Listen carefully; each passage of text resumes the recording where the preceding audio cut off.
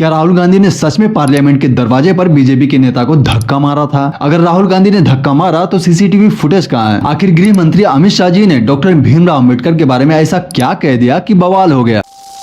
अभी आपने देखा होगा कि राहुल गांधी और पूरी कांग्रेस पार्टी जो है वो हर तरफ मोर्चे निकाल रही है, हर तरफ नारे लगा रही है कि अमित शाह इस्तीफा दो। लेकिन ऐसा क्यों? ऐसा इसीलिए कि 2 दिन पहले आपने देखा होगा कि संसद में जब गृह मंत्री अमित शाह अपनी स्पीच दे रहे थे तो गृह मंत्री अमित शाह डॉक्टर भीमराव अंबेडकर के बारे में कुछ ऐसा बोल देते हैं जो कि कांग्रेस के तरफ बैठे लोगों को बिल्कुल भी पसंद नहीं आती है। देखो, एक तरफ से देखा जाए तो डॉक्टर भीमराव अंबेडकर के बारे में शायद ही कोई व्यक्ति होगा जो बुरा बोलना चाहेगा, क्योंकि डॉक्टर भीमराव अंबेडकर ने जो इस देश को दिया है वो सिर्फ एक ज्ञानी आदमी ही दे सकता है। अब यहाँ पर राहुल गांधी समेत कांग्रेस के जितने भी नेता हैं सभी गृह मंत्री अमित शाह के दिए हुए बयान पर विरोध कर रहे हैं। लेकिन गृह मंत्री अमित शाह ने एक्चुअली में कहा क्या था?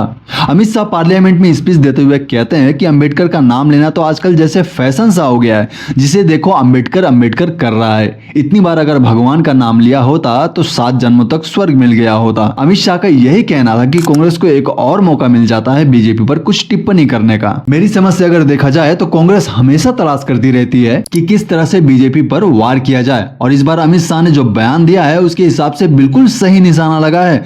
चाहे दुनिया का कोई भी देश हो, अगर सत्ता में जो भी सरकार या फिर पार्टी हो, विपक्ष में एक मजबूत पॉलिटिकल पार्टी होना बहुत जरूरी है। नहीं तो शायद फिर हमारा देश भी नॉर्थ कोरिया जैसे देशों की राह पर चलना शुरू कर देगा। अभी 2 दिन पहले की न्यूज में जैसे ही गृह मंत्री अमित शाह अंबेडकर पर टिप्पणी करते हैं, फिर तुरंत इसके बाद राहुल गांधी अपने सभी नेताओं के साथ पार्लियामेंट के बाहर नारेबाजी करने लगते हैं कि गृह मंत्री अमित शाह माफी मांगो, गृह मंत्री अमित शाह इस्तीफा दे दो। और डॉक्टर भीमराव अंबेडकर पर ऐसी बात करना अच्छी बात भी नहीं है, क्योंकि वो व्यक्ति जिसने एक पूरे देश का संविधान लिखा है, एक टेम्पो रिक्शा वाले से लेकर एक बड़े बिजनेसमैन के लिए नियम बनाए हैं। सोचो वो आदमी कितना ज्ञानी होगा और कितनी चीजों के बारे में सोचकर संविधान को लिखा होगा, और उसके बारे में अगर कोई अपशब्द इस्तेमाल करता है तो फिर यह अच्छी बात नहीं है। और इस बात पर विरोध करना सिर्फ कांग्रेस या फिर राहुल गांधी का काम नहीं है, बल्कि पूरे देश में जो लोग रहते हैं उन सभी का काम है कि डॉक्टर भीमराव अंबेडकर पर जो टिप्पणी हुई है उसका विरोध करें। और ऐसा नहीं है कि राहुल गांधी गृह मंत्री अमित शाह का विरोध कर रहे हैं तो वो बहुत अच्छे हो गए,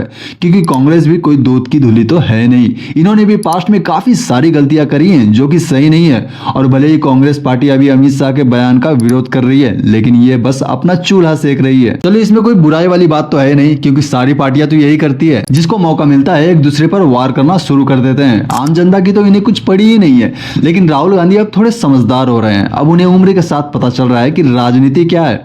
अब जैसे कि 2 दिन पहले अमित शाह के बयान पर राहुल गांधी पार्लियामेंट के बाहर विरोध कर रहे थे, और कांग्रेस के सभी नेता राहुल गांधी समेत पार्लियामेंट के अंदर घुसने की कोशिश करने लगते हैं, तो बीजेपी के कुछ नेता पार्लियामेंट के दरवाजे पर राहुल गांधी को रोकने लगते हैं। राहुल गांधी को पार्लियामेंट में घुसने नहीं दिया जाता है।